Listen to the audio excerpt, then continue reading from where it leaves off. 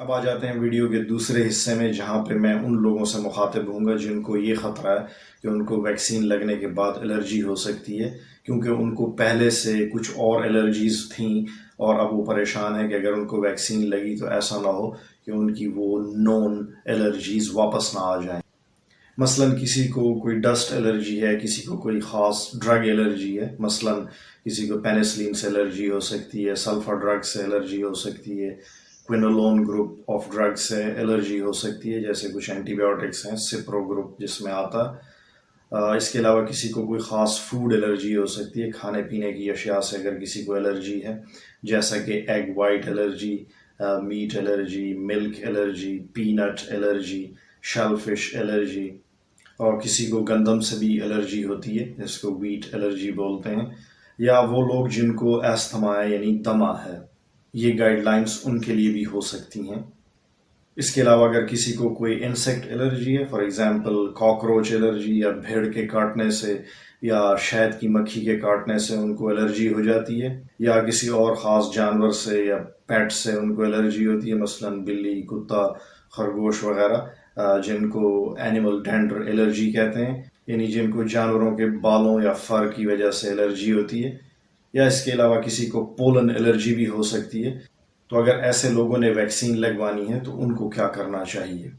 یاد رہے کہ یہ ڈسکشن ان لوگوں کے لیے بھی اہم ہے جن کو یہ الرجیز تو نہیں ہے لیکن اس کے باوجود بھی وہ ڈرے ہوئے ہیں کہ ان کو کہیں ویکسین سے الرجی نہ ہو جائے، تو وہ بھی یہ طریقہ کار استعمال کر سکتے ہیں جو میں ابھی بتانے لگا ہوں۔ تو اگر آپ کو اپنی الرجیز کے بارے میں پہلے سے پتہ ہے، آپ کو معلوم ہے کہ آپ کو فلاں چیزوں سے الرجی ہوتی ہے، تو پھر آپ نے یہ میجرز ضرور لینی ہیں۔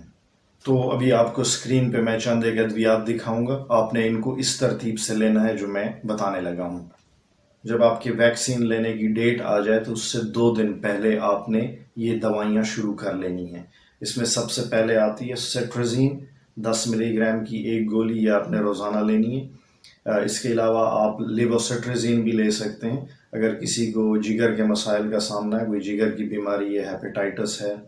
یا اس کے علاوہ ان کو جانڈس ہے، یا ان کو فیٹی لیور ہے، تو وہ سیٹرزین کی جگہ لیووسیٹرزین ٹیبلٹس بھی استعمال کر سکتے ہیں۔ اس کے علاوہ باقی لوگ یعنی جن کو یہ بیماریاں نہیں ہیں، وہ ایبیسٹین 20 ملی گرام کی ایک گولی بھی روزانہ لے سکتے ہیں، یعنی ویکسین لینے سے 2 دن پہلے آپ نے شروع کر دینی ہے۔ دوسرے نمبر پہ ڈرگ ہے مونٹیلوکاسٹ، 10 ملی گرام کی یہ گولی ہے اور یہ آپ نے روزانہ ایک لینی ہے۔ اس کے علاوہ ایک اور دوائی ہے جس کو فیموٹیڈین کہتے ہیں، 40 ملی گرام،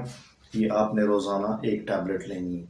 اور جس دن آپ نے ویکسین لینی ہے اس دن بھی یہ ڈوز آپ نے ریپیٹ کرنی ہے، اور ویکسین لینے کے اگلے 3 دن تک آپ نے اس چیز کو کنٹینیو رکھنا ہے، جاری رکھنا ہے۔ اور یہ چونکہ اور ڈرگز کے ریئیکشنز کو روکنے کے لیے استعمال ہوتی ہیں، تو ان کے اپنے ایسے انشاءاللہ کوئی سائیڈ ایفیکٹ آپ کو نظر نہیں آئیں گے جس سے آپ پریشان ہو جائیں۔ ہاں، اور چند ضروری احتیاط ہیں۔ جب آپ یہ ادویات استعمال کر رہے ہوں تو آپ نے کوئی ہیوی مشینری نہیں آپریٹ کرنی، یعنی اگر آپ فار ایگزامپل ڈرائیور ہیں تو ان دنوں میں آپ نے ڈرائیو نہیں کرنی گاڑی، یا کوئی بس یا کوئی ٹرک وغیرہ۔ اس کے علاوہ اگر آپ مشین آپریٹر ہیں کہیں پہ، تو چونکہ اس میں کنسنٹریشن لگتی ہے، اور ان دنوں میں جب آپ یہ ادویات استعمال کر رہے ہوں گے آپ کو غنودگی سی ہوگی، آپ کو ہلکے ہلکے چکر یا آنکھوں کے سامنے اندھیرا آ سکتا ہے، جو کہ بہت عام سے سائیڈ ایفیکٹ ہیں، اور یہ سائیڈ ایفیکٹ جیسے آپ یہ ادویات بند کریں گے تو خود ہی ٹھیک ہو جائیں گے۔ تو خصوصاً ان دنوں میں جب آپ یہ اسکرین پر دکھائی جانے والی ادویات استعمال کر رہے ہوں تو آپ نے یہ احتیاطیں ضرور مد نظر رکھنی ہیں، کیونکہ آپ سب کو معلوم ہے کہ ان الرجی والی ادویات سے غنودگی ہوتی ہے، نیند آتی ہے، اور انسان کو ہلکے چکر بھی آ سکتے ہیں۔ تو ویکسین لگنے سے پہلے یہ ادویات آپ نے کیوں لینی ہے؟ اس کی وجہ یہ ہے کہ آپ کے خون کے اندر ان ادویات کا ایک خاص لیول مینٹین کرنا ہے، تاکہ ویکسین جب آئے تو آپ کی باڈی پہلے سے پریپیئرڈ ہو، اور اس کے اندر لیکوٹرائن اور ہسٹامین ٹائپ جتنے بھی الرجک میڈیٹرز ہیں ان کو کاؤنٹر کرنے کے لیے پہلے سے ادویات موجود ہوں۔ اور ویکسین لگنے کے بعد ان کو جاری رکھنے کا مقصد یہ ہے کہ آپ کو اگر کوئی لیٹ ری ایکشن ہونا ہے تو وہ ان چیزوں سے سٹاپ ہو جائے۔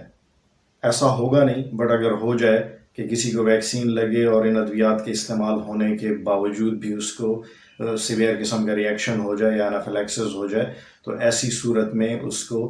ڈیکاڈران کا انجیکشن لگایا جائے گا۔ تو اس کے علاوہ وہ لوگ جن کو دمہ کی شکایت ہے، ان کو ایستھما ہے یا ان کو COPD ہے، chronic obstructive pulmonary disease diagnose ہو چکی ہے،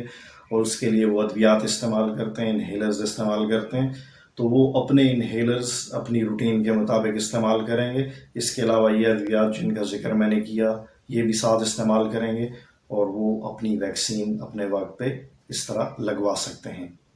اب یہاں پہ تھوڑا سا پرابلم یہ ہے کہ وہ لوگ جو انڈیا اور پاکستان میں ہیں ان کی رسائی ان میڈیسنز تک بڑی آسانی سے ہوتی ہے، لیکن وہ لوگ جو یورپ اور امریکہ میں رہتے ہیں ان کو ان میڈیسنز تک پہنچ اتنی آسانی سے نہیں ہو پائے گی، کیونکہ وہاں پہ بہت ساری ادویات اوور دا کاؤنٹر نہیں ہوتی، یعنی وہ پرسکرپشن کے ساتھ لینی پڑتی ہیں۔ تو ان سے کہنا یہ ہوگا کہ اگر وہ اپنے بارے میں زیادہ کنسرن ہے، پریشان ہے، تو اپنے GP سے ملیے اور ان سے دوائیاں اپنے لیے پرسکرائب کروائیے کسی طریقے سے، یا کسی اور سورس سے بھی آپ اپنے لیے منگوا سکتے ہیں۔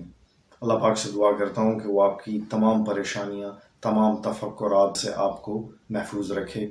دیکھنے اور سننے کا بہت بہت شکریہ۔ اللہ حافظ و ناصر۔